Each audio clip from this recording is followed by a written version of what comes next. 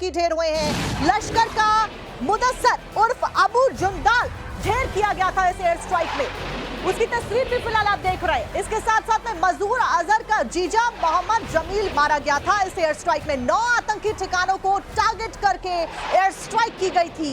मसूद अजहर का दूसरा जीजा मोहम्मद सलीम भी इस अटैक में ढेर हुआ था, क्योंकि मसूद अजहर के परिवार के कई लोगों के ढेर होने की खबर दी थी हमने आपको। इस बीच डिटेल्स आपको दे रहे हैं। हाफिज का बहुत करीबी खालिद उर्फ अबू अक्शा भी ढेर इसी अटैक में हुआ था, जो Indian air defence system Indian air field के द्वारा किया गया था। जैश कमांडर का बेटा हसन भी इस पूरे अटैक में मारा गया था। इंडियन स्ट्राइक की बहुत बड़ी खबर हम आपको बता रहे हैं, और वही दिन था 7 तारीख जब ऑपरेशन सिंदूर की शुरुआत की गई थी और एक के बाद एक टारगेटेड अटैक्स किए गए थे। लेकिन बड़ी बात यह कि एक भी सैन्य अड्डा और ना ही किसी सिविलियन को नुकसान भारत के द्वारा इन एयर स्ट्राइक्स में पहुंचाया गया था। अगर कोई मारा गया था तो वो था आतंकवादी। एक के बाद एक आतंकवादी जो लॉन्च पैड्स थे, जो ठिकाने थे और जिन मदरसों की आड़ में आतंकवादी संगठनों को चलाया जा रहा था, उन सभी को निशाना बनाया गया था।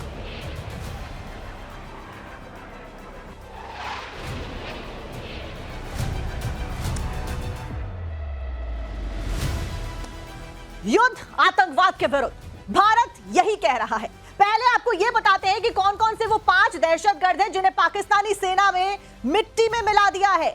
ग्राफिक्स के जरिए आपको बताएंगे। ऑपरेशन सिंदूर की शुरुआत होती है और एक के बाद एक स्ट्राइक्स की जाती है भारत के द्वारा। 7 मई के बाद से आतंकवाद के खिलाफ एक बहुत बड़ा युद्ध भारत के द्वारा छेड़ दिया गया है। ऑपरेशन सिंदूर में आतंकवादी ढेर कौन से हुए हैं?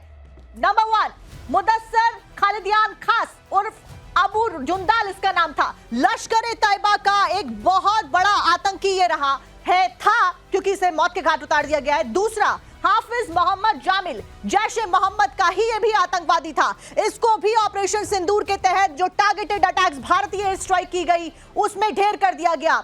दूसरे आतंकवादी नंबर 3 मोहम्मद यूसुफ अजहर, जैश ए मोहम्मद का था ये।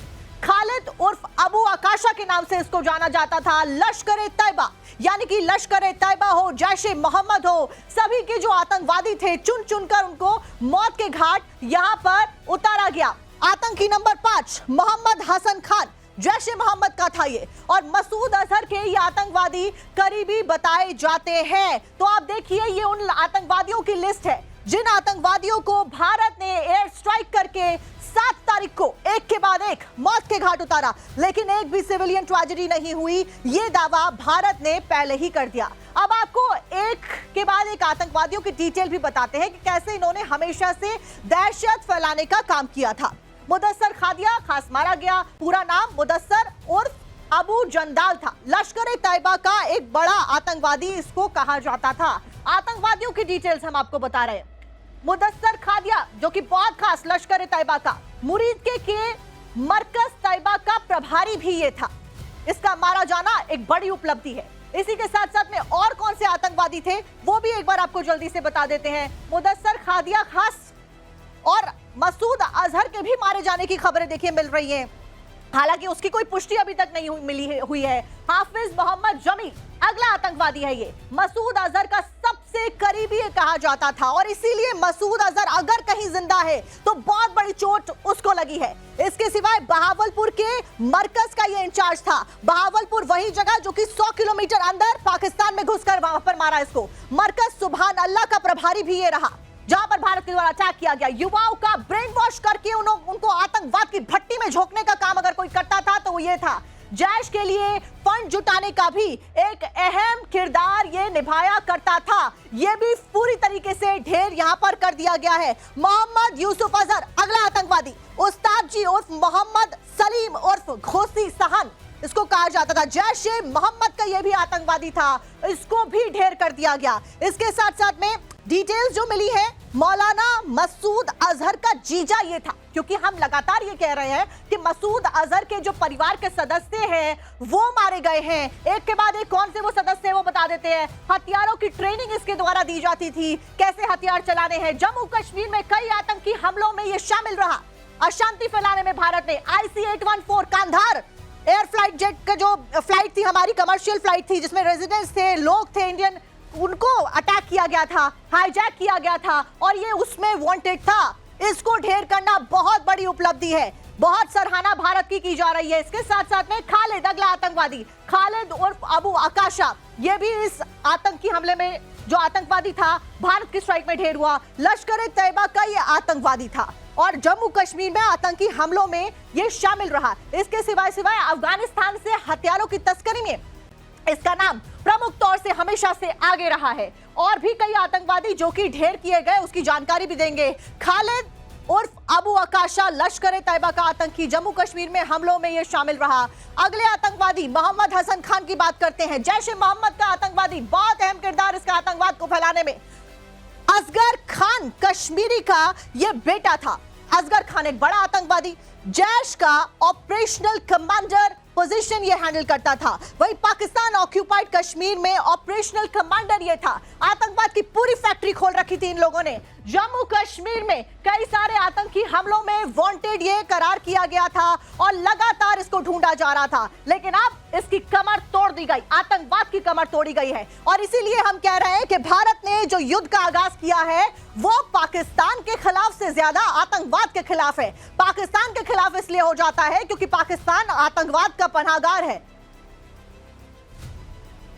अनुज, साहिल और अमित हमारे सहयोगी हमारे साथ में जुड़ गए। सबसे पहले साहिल का रुख करते हैं। साहिल, लगातार वॉर जोन में आप बने हुए हैं, अभी मौजूदा वक्त में क्या कुछ अपडेट मिल रही है? क्योंकि एक बड़ी बैठक केंद्र में हुई है, तीनों सेना प्रमुख, डिफेंस मिनिस्टर, एनएसए और प्रधानमंत्री नरेंद्र मोदी की। देखिए, लाइन ऑफ कंट्रोल पर और लाइन ऑफ कंट्रोल के नजदीकी इलाकों में लगातार स्थिति जो है वो गंभीर बनी हुई है। शेलिंग और जो स्नाइपर फायरिंग है वो पाकिस्तानी पोस्टर्स की तरफ से लगातार लाइन ऑफ कंट्रोल के नजदीकी इलाकों में हो रही है। सिविलियन आबादी को निशाना बनाया जा रहा है। आज दिन में भी आपने देखा, सुबह ही राजौरी सेक्टर में जिस तरह से जम्मू कश्मीर प्रशासन के एक बड़े अधिकारी को निशाना बनाया गया, एडिशनल डिप्टी कमिश्नर राजौरी को निशाना बनाया गया।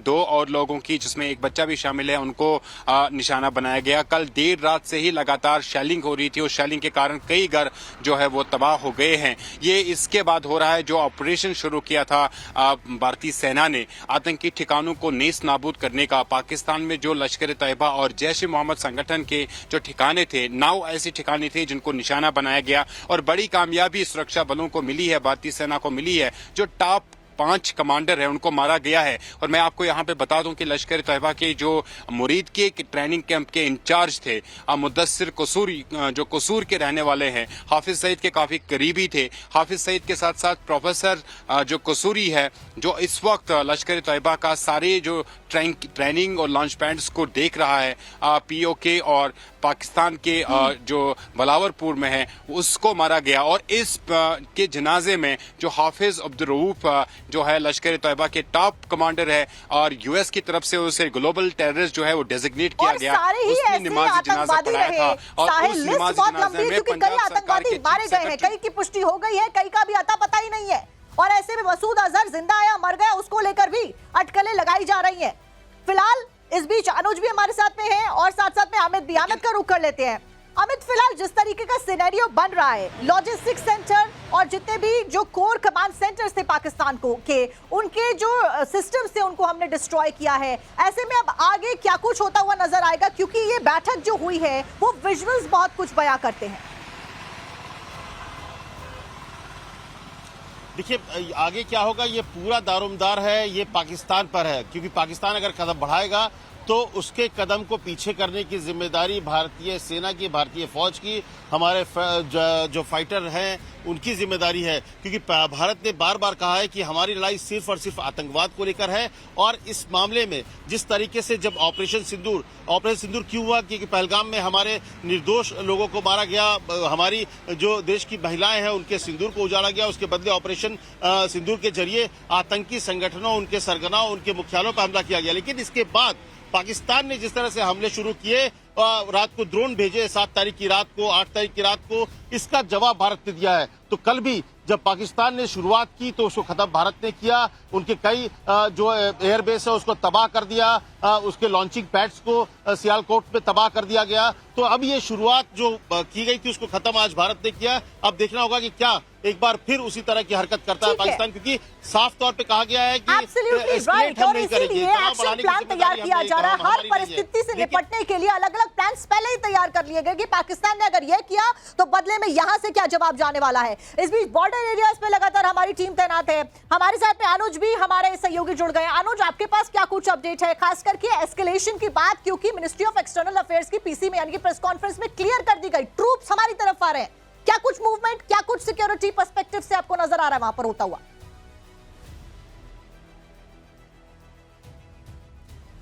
जी बिल्कुल, अगर बात किया जाए कि 7 तारीख के बाद से ही लगातार जो ड्रोन से वो भारत की सीमा के अंदर आ रहे थे। खासतौर पे पंजाब की बात करें तो करीब 200 के आसपास ड्रोन जो थे वो भेजे गए थे, जिसे न्यूट्रलाइज कर दिया गया था। इतना ही नहीं, जो बॉर्डर एरिया है वहां से लगातार फायरिंग और घुसपैठ की खबरें जो हैं वो भी सामने आई थी, जिसे बीएसएफ के द्वारा जो है वो न्यूट्रलाइज किया गया। चाहे हम फायरिंग की बात करें या घुसपैठ की बात करें, जो कि सांबा में हमें देखने को मिला कि किस तरीके से 7 आतंकी जो है वो कहीं न कहीं पाकिस्तानी सेना, पाकिस्तानी रेंजर की सहायता से अंदर घुसने की कोशिश करते हैं। तो निश्चित तौर पर लगातार भारत की तरफ से जवाब दिया जा रहा है। और बड़ी बात यह है कि जिस तरीके से ये पांचों डेजिग्नेटेड जो आतंकी थे, जो खूंखार आतंकी थे, जिसको लेकर लगातार ये बात सामने आई थी कि कैसे ये लोग भारत के खिलाफ साजिश रचते आ रहे हैं।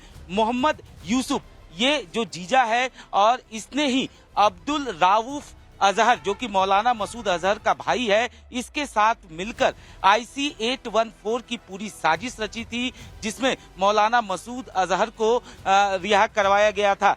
तो निश्चित तौर पर ये वांटेड था और ये बड़ी कामयाबी। इतना ही नहीं, अगर हम 5 आतंकियों की बात करें तो उसमें टॉप से लेकर नीचे तक, चाहे लश्कर की बात करें या जैसे मोहम्मद की बात करें, ये तमाम वो आतंकी हैं जो लगातार जो युवा थे उनका माइंड वॉश करते थे, उन्हें बरगलाते थे, उसके बाद उन्हें बाकायदा ट्रेनिंग दी जाती थी, तैनाती की जाती थी, और उसके बाद पाकिस्तान से भारत की सीमा के अंदर उन्हें भेजा जाता था। इतना ही नहीं, हथियारों की सप्लाई से लेकर तमाम जो ये 5 आतंकी हैं, जम्मू कश्मीर में कई ऐसी आतंकी वारदातें हुई हैं जिसमें इनका नाम शामिल था। और यही वजह थी कि कहीं न कहीं ये आतंकी जो है वो डेजिग्नेटेड आतंकियों की लिस्ट में शामिल थे। निश्चित तौर पर ऑपरेशन सिंदूर के तहत जिस तरीके से इन्हें नेस्ते नाबूद किया गया, एक बड़ी कामयाबी है। क्योंकि जाहिर तौर पर अगर हम अबू की बात करें तो अबू एक ऐसा आतंकी है जिसके बारे में हमेशा ये कहा जाता था कि हथियारों अफगानिस्तान से हथियारों की स्मगलिंग करता था, और उसके बाद जो युवा होते थे उन्हें न सिर्फ ट्रेनिंग देने का काम ये करता था, बल्कि भारत के अंदर हथियारों की सप्लाई कराने का काम भी जो है वो इसके जिम्मे ही रहता था। तो ये तमाम आतंकी जिनकी जो फहरिस्त है, गुनाहों की फहरिस्त है, वो काफी लंबी चौड़ी है, और यही वजह थी कि इन्हें डेजिग्नेटेड आतंकी की लिस्ट में